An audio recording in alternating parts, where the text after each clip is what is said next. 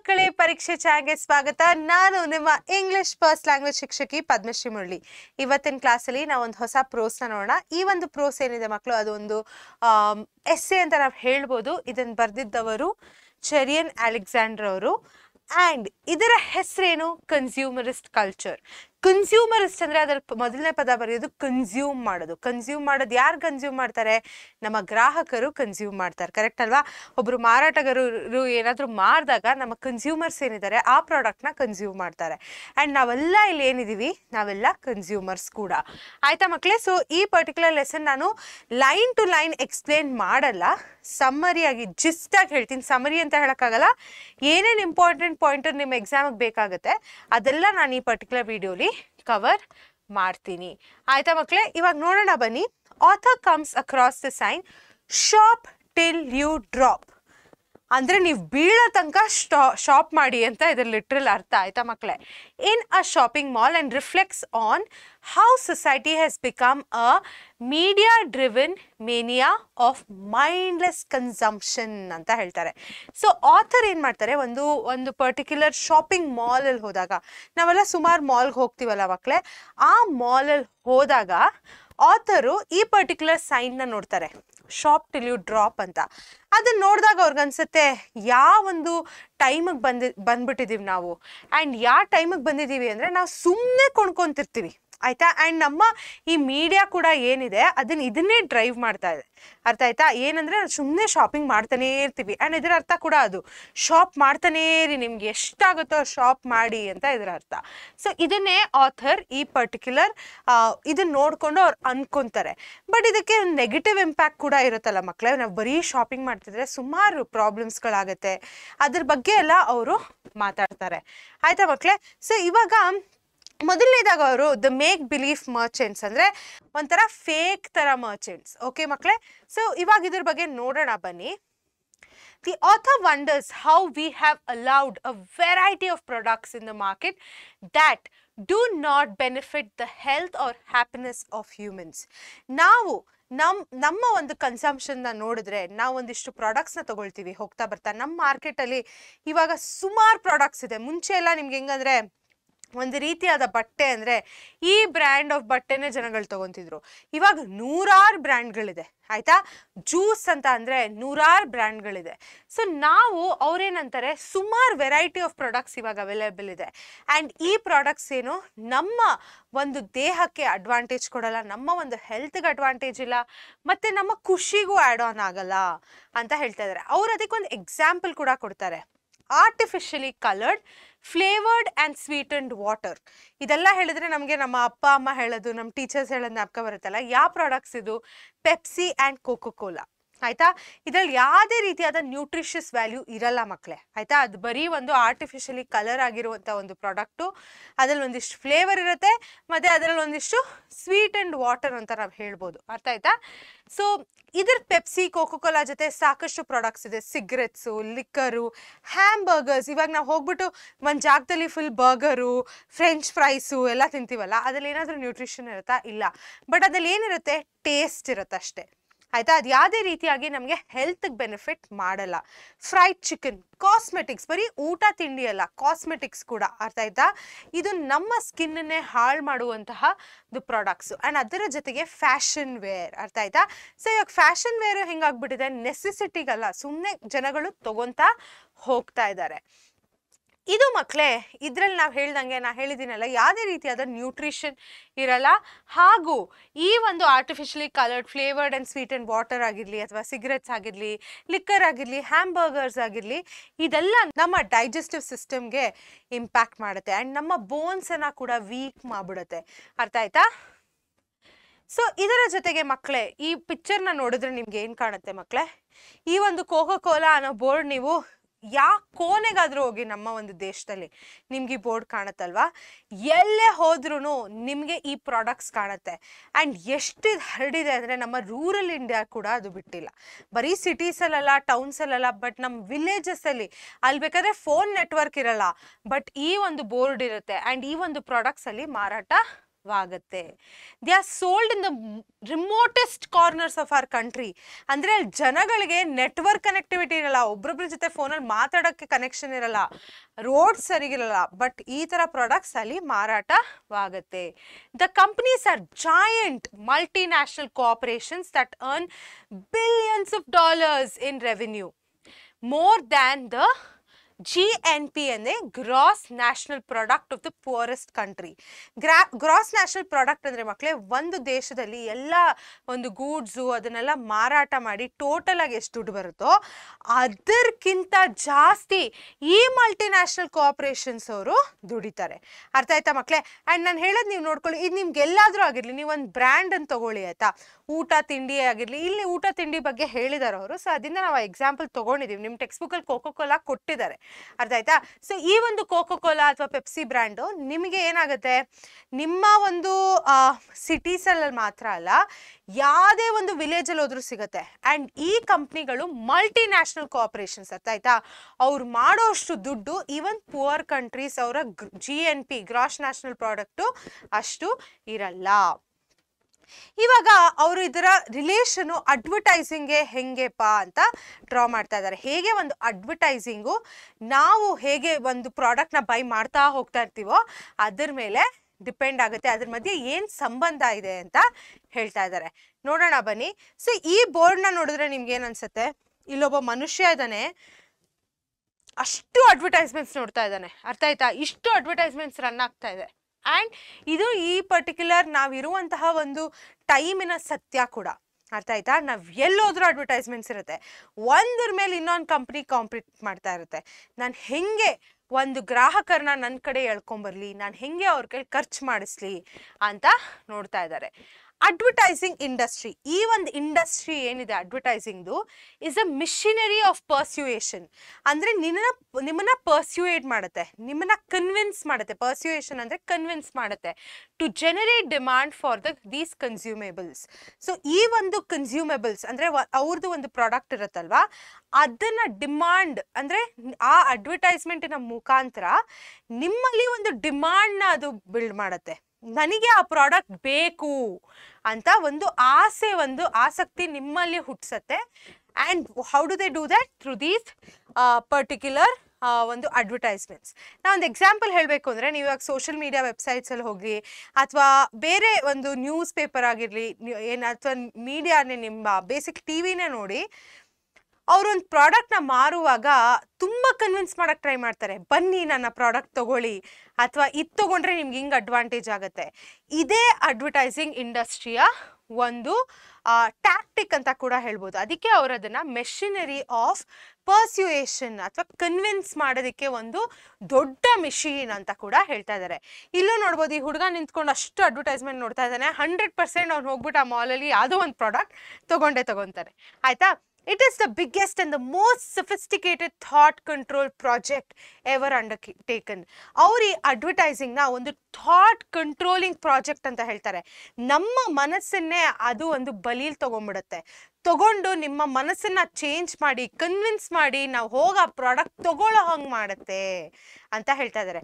ಅದಕ್ಕೆ ಅದು sophisticated thought control project. ಅರ್ಥ ಆಯ್ತಾ ಮಕ್ಕಳೇ? ಸೊ ನಡೀರಿ, ಇವಾಗ ಇವ್ರೊಬ್ರು ಇದ್ದಾರೆ. ಆಯ್ತಾ?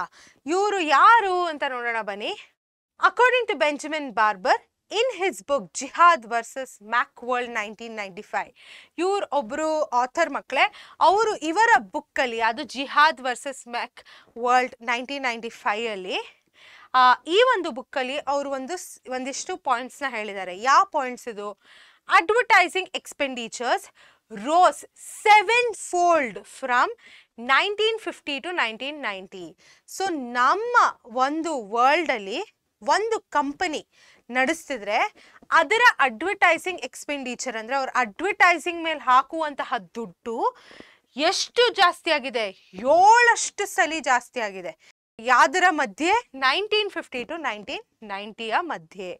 ಸೊ ಇದು $39 billion to $256 billion ಅಷ್ಟು ಹೆಚ್ಚಾಗಿದೆ. ಇದು ಇದರ ಇನ್ವೆಸ್ಟ್ಮೆಂಟ್ ಅಂತ ಹೇಳ್ತಾ ಇದ್ದಾರೆ.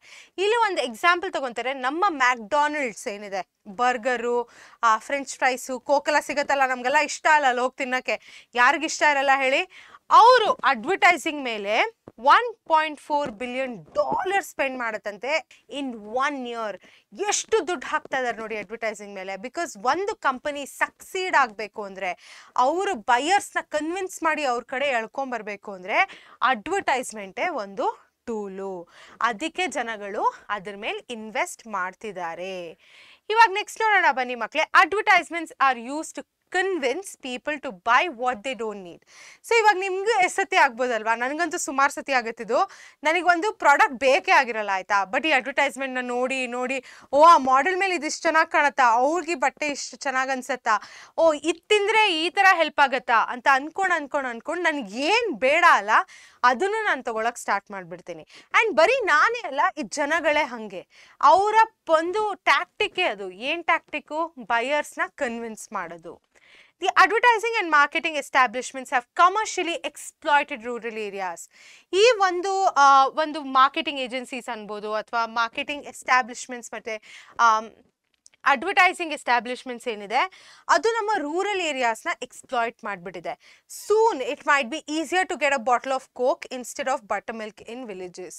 ಸೊ ನಾನು ಹೇಳಿದ್ನಲ್ಲ, ಎವ್ರಿ ನೋಕ್ ಆ್ಯಂಡ್ ಕಾರ್ನರಲ್ಲಿ ಈ ಪರ್ಟಿಕ್ಯುಲರ್ ಪ್ರಾಡಕ್ಟ್ಸ್ ಇವಾಗ ಮಾರ್ತಾರೆ. ಇವಾಗ ನೀವು ಮುಂಚೆ ನೋಡ್ಬೋದು, ಈ ದೊಡ್ಡ ದೊಡ್ಡ ಮಾಲ್ಗಳೆಲ್ಲ ಏನಿತ್ತು ಬರೀ ಸಿಟೀಸಲ್ಲಿತ್ತು ಆಯಿತಾ. ಈ ನಮ್ಮ ಬಟ್ಟೆ ಬ್ರ್ಯಾಂಡ್ಗಳೇನಿತ್ತು, ದೊಡ್ಡ ದೊಡ್ಡ ಶಾಪ್ಸು ನಮ್ಮ ಸಿಟೀಸಲ್ಲಿತ್ತು. ಬಟ್ ಇವಾಗ ಹೋಗ್ತಾ ಹೋಗ್ತಾ ಹೋಗ್ತಾ ನಿಮ್ಗದು ಸ್ಮಾಲ್ ಊರಲ್ಲೂ ಸಿಗುತ್ತೆ, ಮುಂದೆ ಹೋಗಿ ಅದು ನಮ್ಮ ವಿಲೇಜಸ್ಸಲ್ಲೂ ಸಿಗುತ್ತೆ. ಅದರಿಂದ ಏನಾಗುತ್ತೆ, ನಮ್ಮ ಲೋಕಲಿ ಜನರೇಟೆಡ್ ಏನಿದೆ ಅದೆಲ್ಲ ಸ್ಟಾಪ್ ಆಗಿಬಿಡುತ್ತೆ. ಜನಗಳು ಆದಷ್ಟು ಮಜ್ಜಿಗೆ ಕುಡಿಯೋದನ್ನ ನಿಲ್ಲಿಸ್ತಾರೆ ಆ್ಯಂಡ್ ಕೋಕ್ನೇ ಪ್ರಿಫರ್ ಮಾಡೋಕ್ಕೆ ಸ್ಟಾರ್ಟ್ ಮಾಡ್ತಾರೆ. ಇದು ಒಂದೇ ಎಕ್ಸಾಂಪಲ್ ಮಕ್ಕಳೇ, ಬಟ್ ಇದೆಲ್ಲ ಇಂಡಸ್ಟ್ರಿಲೂ ಆಗುತ್ತೆ. ಅರ್ಥ ಆಯ್ತಾ? ಮುಂಚಿನ ಕಾಲದಲ್ಲೆಲ್ಲ ತುಟಿ ಹೊಡೆದ್ರೆ ತುಪ್ಪ ಹಾಕ್ಕೊಳ್ಳೋರು, ಕರೆಕ್ಟ್ ಅಲ್ವಾ? ತುಪ್ಪ ಹಾಕ್ಕೊಂಡ್ರೆ ಒಳ್ಳೇದು ಅಂತ ಹೇಳೋರು. ಅದರಿಂದ ಇದೆಲ್ಲ ಲಿಪ್ಸ್ ಎಲ್ಲ ಕಟ್ಟಾಗಿ ಬರುತ್ತಲ್ಲ, ಅದೆಲ್ಲ ಹೋಗುತ್ತೆ ಅಂತಾರೆ. ಆದರೆ ಇವಾಗ ಏನಾಗ್ತಿದೆ, ಲಿಪ್ ಗ್ಲಾಸು, ಲಿಪ್ ಬಾಮು, ಸಾಕಷ್ಟು ರೀತಿಯಾದ ಒಂದು ಪ್ರಾಡಕ್ಟ್ಸ್ ಬರ್ತಿದೆ. ಆ್ಯಂಡ್ ಸೂನ್ ಇದು ನಮ್ಮ ರೂರಲ್ ಏರಿಯಾಸ್ಗೂ ರೀಚ್ ಆಗುತ್ತೆ. ಆ್ಯಂಡ್ ನಮ್ಮಿನ್ನ ಹೋಮ್ ಗ್ರೋನ್ ಅಥವಾ ಹೋಮ್ ರೆಮಿಡೀಸ್ ಅಂತ ಏನಂತೀವಿ ಅದೆಲ್ಲ ಹೊಟ್ಟೋಗುತ್ತೆ. ಅರ್ಥ ಆಯ್ತಾ? ಇದು ಹಾಗೆ ನಮ್ಮ ರೂರಲ್ ಏರಿಯಾನ ಕೂಡ ಕನ್ಸ್ಯೂಮ್ ಮಾಡಿಬಿಡುತ್ತೆ ಅಂತ ನಾವು ಹೇಳ್ಬೋದು. Shopping has become more than a need. ಇವಾಗ ಶಾಪಿಂಗ್ ಹೆಂಗಾಗ್ಬಿಟ್ಟಿದೆ ಅಂದರೆ ಒಂದು ಎಂಟರ್ಟೈನ್ಮೆಂಟ್ ಥರ ಆಗ್ಬಿಟ್ಟಿದೆ. ಅರ್ಥ ಆಯ್ತಾ? ನಾ ಮನೇಲಿ ಸುಮ್ಮನೆ ಕೂತಿರ್ತೀನಿ, ಅಯ್ಯೋ ಏನೂ ಮಾಡೋಕ್ಕಿಲ್ಲ ಅಂದರೆ ಹೋಗಿ ಶಾಪಿಂಗ್ ಮಾಡೋಣ ಬಾ, ಆ ಥರ ಒಂದು ಆಗ್ಬಿಟ್ಟಿದೆ. ಅದು ನೀಡಲ್ಲ, ನೀಡ್ಕಿಂತ ಜಾಸ್ತಿ ಆಗ್ಬಿಟ್ಟಿದೆ, ಒಂದು ರೀತಿಯಾದ ಎಂಟರ್ಟೈನ್ಮೆಂಟ್ ಥರ ಆಗ್ಬಿಟ್ಟಿದೆ. A survey done in United States reveal that many Americans spend half the time watching television and other half in shopping malls. ಹೆಂಗೆಲ್ಲ ಮಕ್ಕಳೇ, ಅಮೇರಿಕಾಲಿ ಒಂದು ಸರ್ವೆ ಮಾಡಿದಾಗ ನೋಡಿದ್ರಂತೆ ಅರ್ಧ ಟೈಮು ಜನಗಳು ಟಿವಿ ನೋಡೋದಲ್ಲಿ ಕಳೀತಿದ್ರಂತೆ, ಇನ್ನು ಅರ್ಧ time 50% of their time they use to spend in shopping. Author draws the connection between advertisements and shopping. ನಾವಿಷ್ಟು ನೋಡಿದ್ವಲ್ಲ ಮಕ್ಕಳೇ, ಆಥರ್ ಏನು ಮಾಡೋಕ್ಕೆ ಟ್ರೈ ಮಾಡ್ತಾ ಇದ್ದಾರೆ, ಶಾಪಿಂಗ್ ಮತ್ತು ಅಡ್ವರ್ಟೈಸ್ಮೆಂಟ್ ಮಧ್ಯ ಇರುವಂತಹ ಒಂದು ಕನೆಕ್ಷನ್ನ ಡ್ರಾ ಮಾಡೋದಕ್ಕೆ ಪ್ರಯತ್ನ ಮಾಡ್ತಾ ಇದ್ದಾರೆ.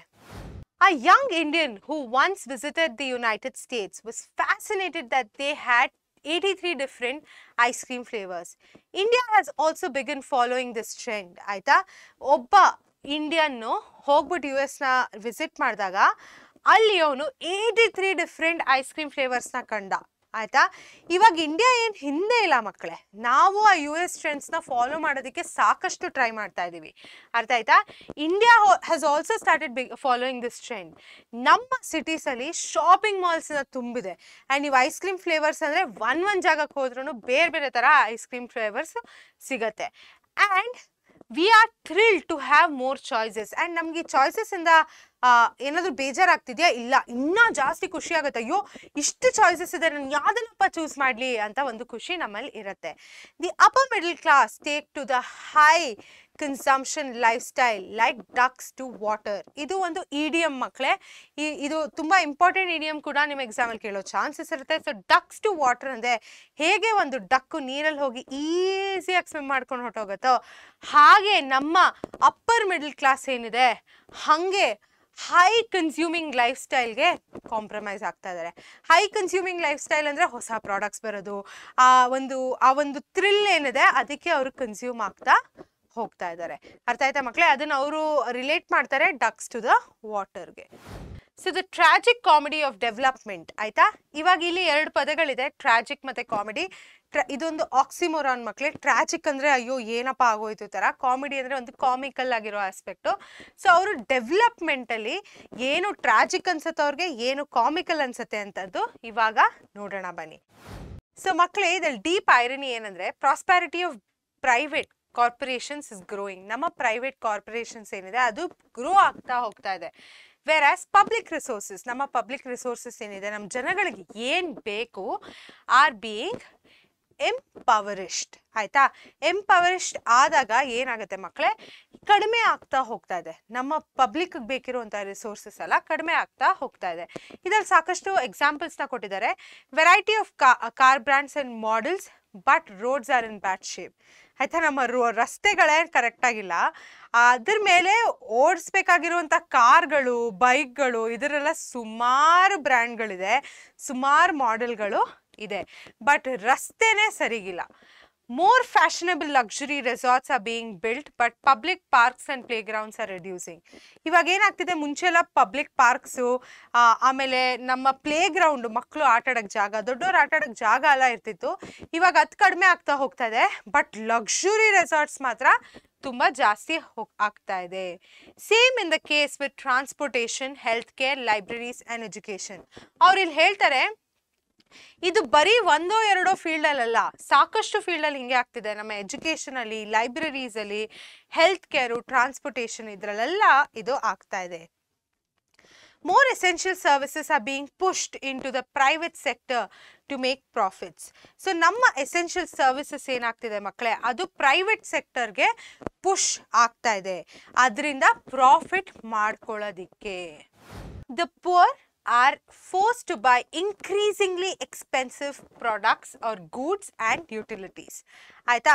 ಸೊ ಇವಾಗ ನಮ್ಮ ಬಡತನದಲ್ಲಿ ಇರುವಂತಹ ಜನಗಳು ಎಕ್ಸ್ಪೆನ್ಸಿವ್ ಅಂದರೆ ತುಂಬ ಕಾಸ್ಟ್ಲಿ ಆಗಿರುವಂತಹ ಪ್ರಾಡಕ್ಟ್ಸ್ ಬೈ ಮಾಡೋದಕ್ಕೆ ಫೋರ್ಸ್ಡ್ ಆಗ್ತಾ ಇದ್ದಾರೆ. ಯಾಕೆ ಹೇಳಿ, ನಮ್ಮ ಬೇಸಿಕ್ ಪಬ್ಲಿಕ್ಗೆ ಸಿಗುವಂತಹ ಏನಿದೆ ಅದೆಲ್ಲ ಪ್ರೈವೇಟ್ ಕಂಪ್ನೀಸ್ ಮಾರಕ್ಕೆ ಸ್ಟಾರ್ಟ್ ಮಾಡಿಬಿಟ್ಟಿದ್ದಾರೆ. ಸೊ ಇವಾಗ ಏನಾಗ್ತಿದೆ, ಪಬ್ಲಿಕ್ಗೆ ಮಾಡ್ತಿರುವಂತಹ ಇದು ಸ್ಟಾಪ್ ಆಗ್ತಾಯಿದೆ. ಆ್ಯಂಡ್ ಪ್ರೈವೇಟ್ ಕಂಪ್ನೀಸ್ ಇದನ್ನು ಮಾಡೋದ್ರಿಂದ ಅವ್ರು ಸಾಕಷ್ಟು ಜಾಸ್ತಿ ದುಡ್ಡನ್ನ ಕೊಟ್ಟು ಬೈ ಮಾಡುವಂತಹ ಪರಿಸ್ಥಿತಿ ಕೂಡ ಬರ್ತಿದೆ. Agencies like the World Bank call the increasing consumption development.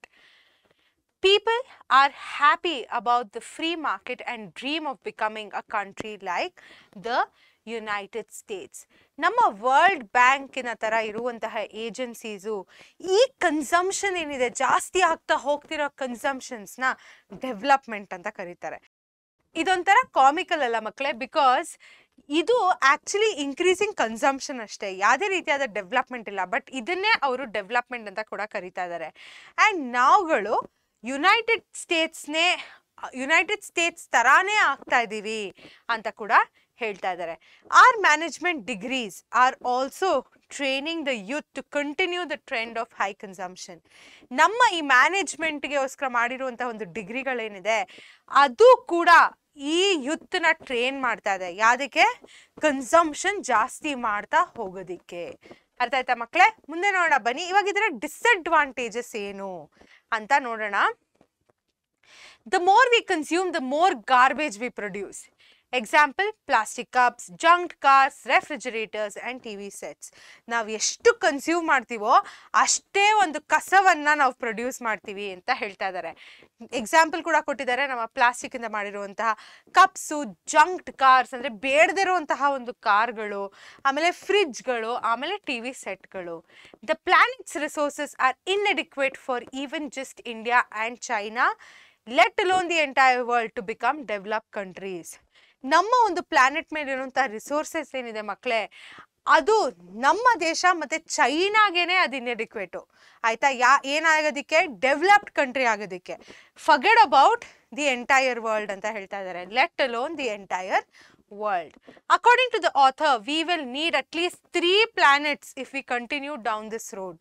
ನಮಗೆ 3 ಪ್ಲಾನೆಟ್ ಬೇಕಾಗುತ್ತೆ ಅಕಸ್ಮಾತ್ ನಾವು ಇದೇ ಸೇಮ್ ರೂಟ್ನ ತೊಗೊಂಡು ಹೋಗ್ತಿದ್ರೆ. ಬಿಕಾಸ್ ನಾವೆಲ್ಲ ನಮ್ಮದು ನ್ಯಾಚುರಲ್ ಹ್ಯಾಬಿಟಾಟ್, ನ್ಯಾಚುರಲ್ ರಿಸೋರ್ಸಸ್ ಎಲ್ಲ ನಾಶ ಮಾಡ್ತಾ ಇದ್ದೀವಿ. ಆ್ಯಂಡ್ ಬರೀ ಕನ್ಸಂಪ್ಷನ್ನು, ಪ್ರೊಡಕ್ಷನ್ನು, ಕನ್ಸಂಪ್ಷನ್, ಪ್ರೊಡಕ್ಷನ್ ಅಂತ ಈ ಸೈಕಲಲ್ಲಿ ಸಿಕ್ಕಾಕೊಂಡ್ಬಿಟ್ಟಿದ್ದೀವಿ. ಆಯ್ತಾ. The aggressively marketed consumer paradise will pay way for an ecological holocaust. ಇದೇನಾದರೂ ಈ ಥರನೇ ನಾವು ಕಂಟಿನ್ಯೂ ಮಾಡ್ತಾ ಹೋದರೆ ನಮ್ಮ ಇಕಾಲಜಿ ಏನಿದೆ, ನಮ್ಮ ಸುತ್ತಮುತ್ತ ಇರುವಂತಹ ಗಿಡಗಳು, ಪ್ರಾಣಿಗಳು, ಪಕ್ಷಿಗಳು ಯಾವುದು ಇರಲ್ಲ. ಅರ್ಥ ಆಯ್ತಾ. ನಾವು ಬರೀ ಪ್ರೊಡಕ್ಷನು ಕನ್ಸಂಪ್ಷನ್ ಅಂತ ಇದ್ದರೆ ಎಕಲಾಜಿಕಲ್ ಹಾಲೋಕಾಸ್ಟ್ ಅಂತ ಅದನ್ನು ಕರೀತಾರೆ. ಅಂದರೆ ಎಲ್ಲವನ್ನ ನಾವು ನಾಶ ಮಾಡಿಬಿಡ್ತೀವಿ, ನಮ್ಮ ನೇಚರಲ್ಲಿ ಇರೋದನ್ನೆಲ್ಲ ನಾವು ನಾಶ ಮಾಡಿಬಿಡ್ತೀವಿ. ಆಯ್ತಾ ಮಕ್ಕಳೇ, ಇದು ಇದರ ಒಂದು disadvantage. Any model that depends on high consumption life style are unsustainable.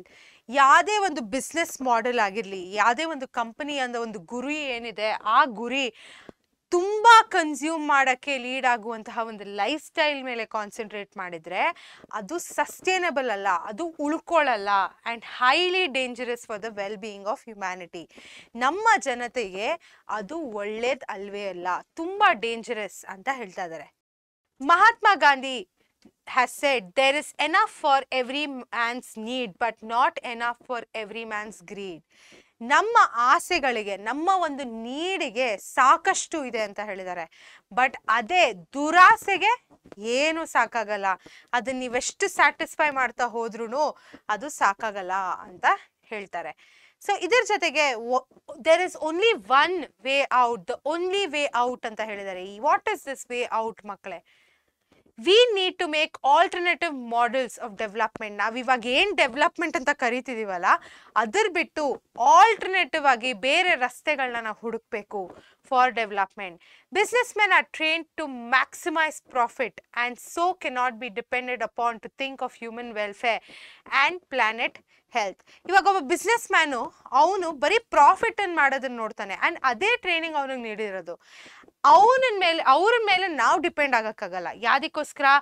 ನಮ್ಮ ಜನ ಅಥವಾ ನಮ್ಮ ಹ್ಯೂಮನ್ ವೆಲ್ಫೇರ್ಗೋಸ್ಕರ, ಅಥವಾ ನಮ್ಮ ಒಂದು ಭೂಮಿನ ಪ್ರೋಗ್ರೆಸ್ ಕಡೆಗೆ ತೊಗೊಂಡೋಗೋಕ್ಕೆ ನಾವು ಬಿಸ್ನೆಸ್ ಮೆನ್ ಮೇಲೆ ಕಾನ್ಸಂಟ್ರೇಟ್ ಮಾಡೋಕ್ಕಾಗಲ್ಲ.